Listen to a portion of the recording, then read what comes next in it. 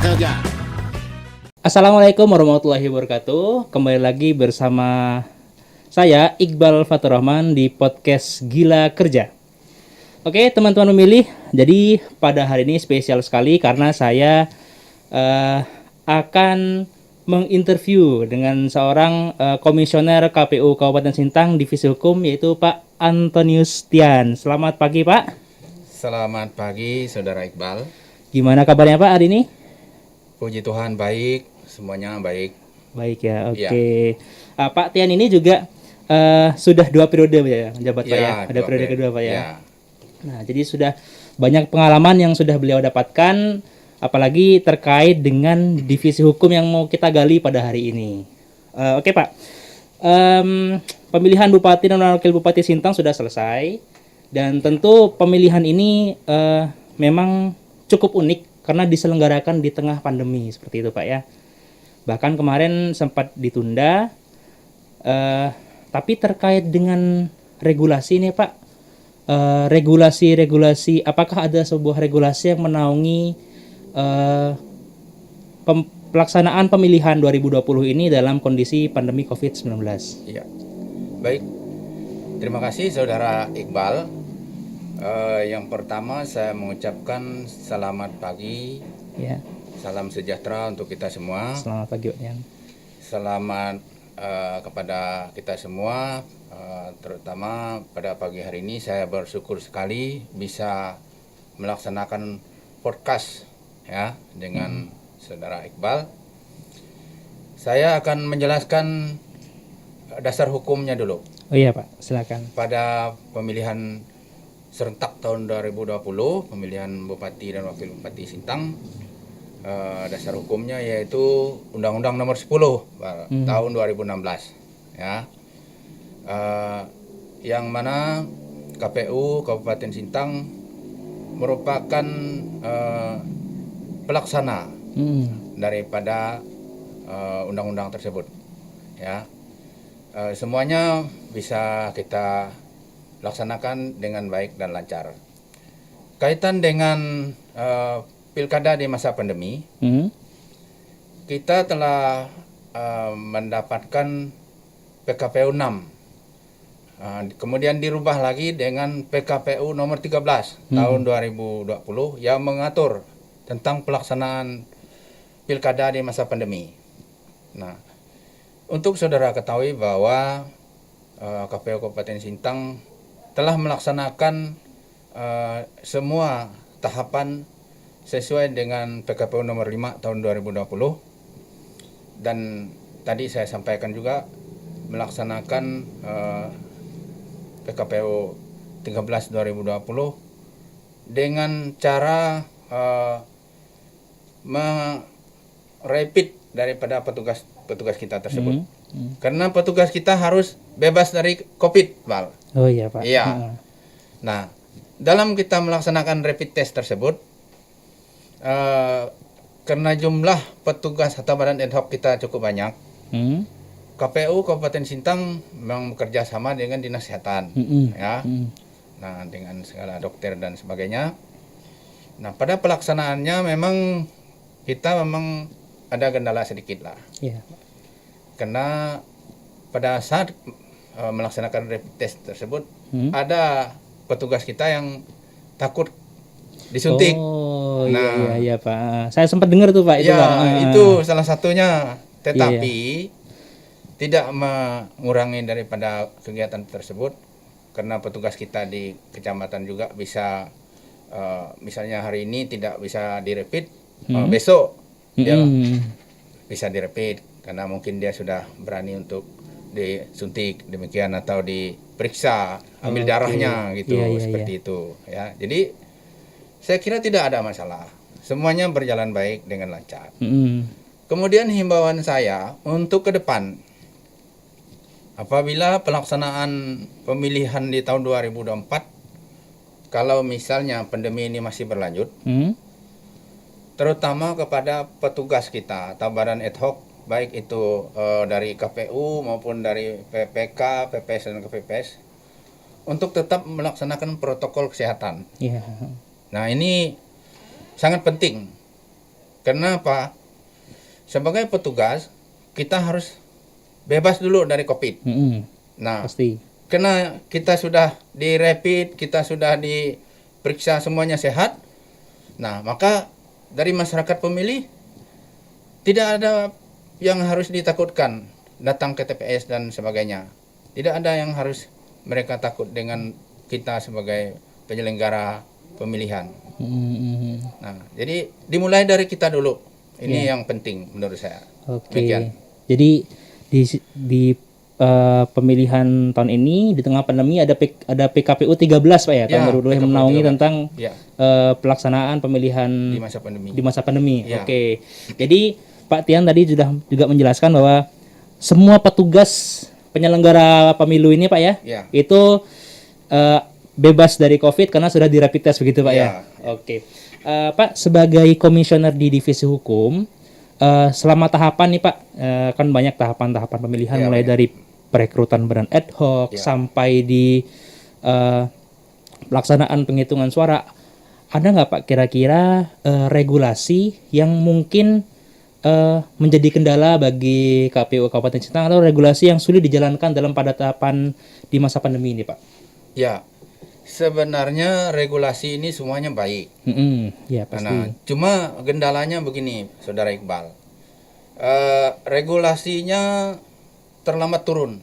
Oh iya. Seandainya cepat juga dia sampai ke kita regulasinya, tetapi untuk kita mensosialisasikan kepada masyarakat di tingkat bawah, di desa, di kecamatan, di desa dan sebagainya, kita melaksanakan agak terlambat di suatu tempat yang jauh, misalnya di kecamatan Ambalau, di desa Kepala Jungai sana, untuk memberikan sosialisasi.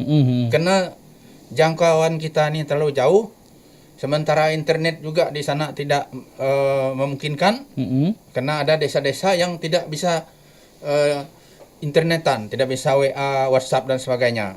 Nah, jadi di situ yang kita kadang keterlambatan informasi di tingkat bawah. Oh, oke. Seperti itu. Regulasinya bagus sebetulnya.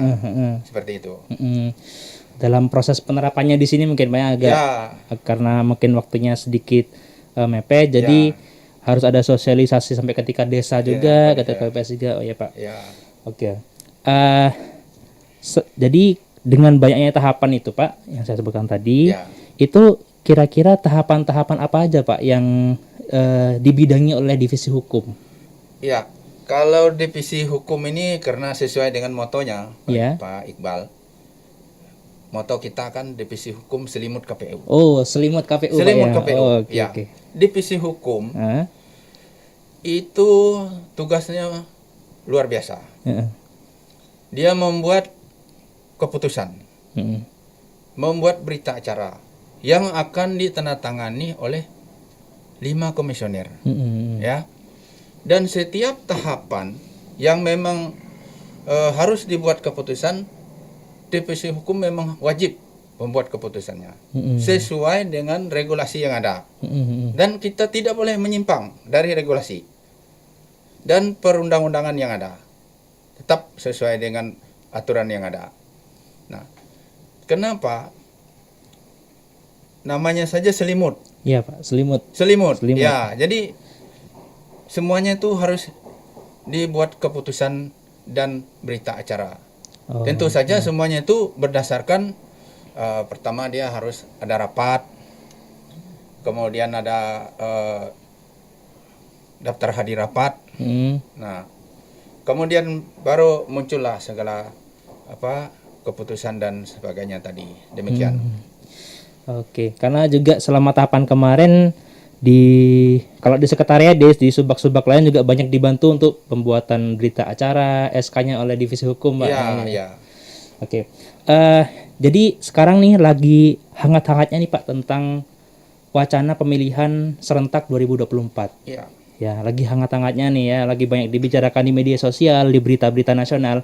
Nah, kira-kira nih Pak Tian sebagai komisioner divisi hukum, apa sih yang diharapkan menjelang pemilihan serentak 2024 ini, Pak? Ya, baik Saudara Iqbal.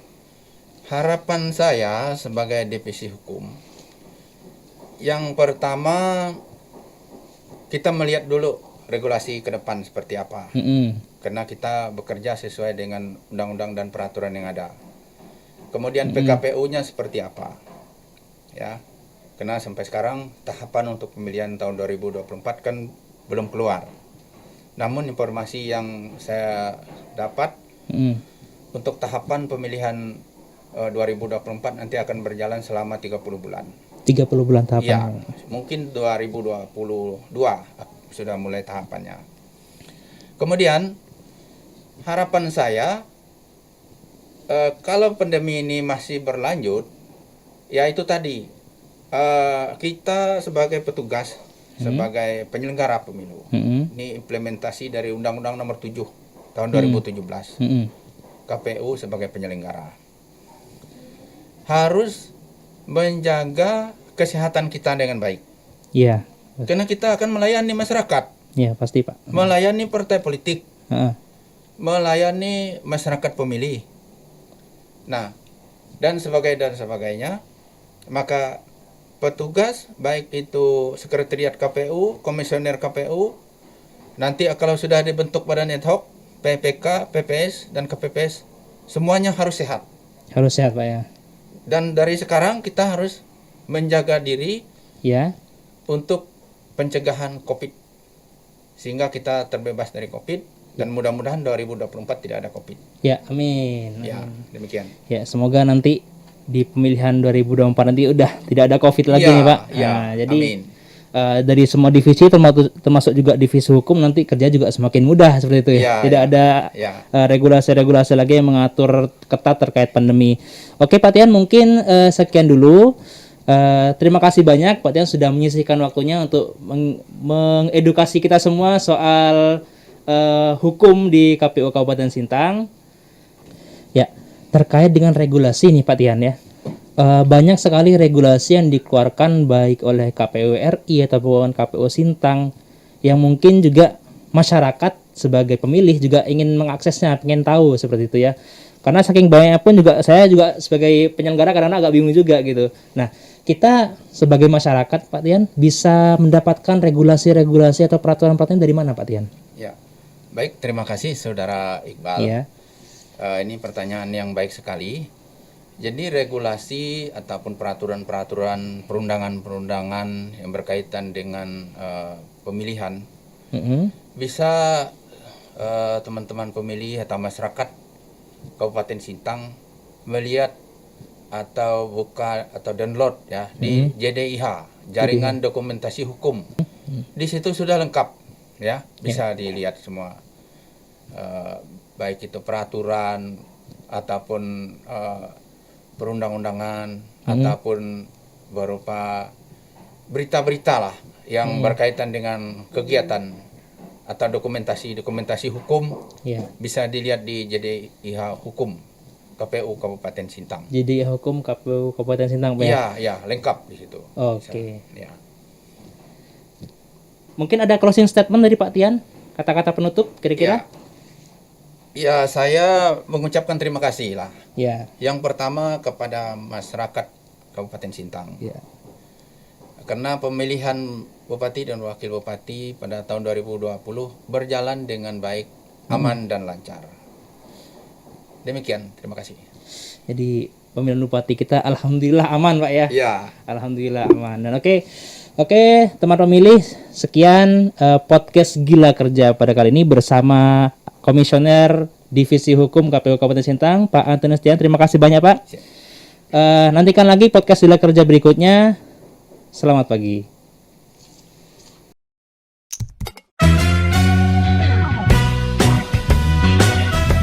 Gila Kerja.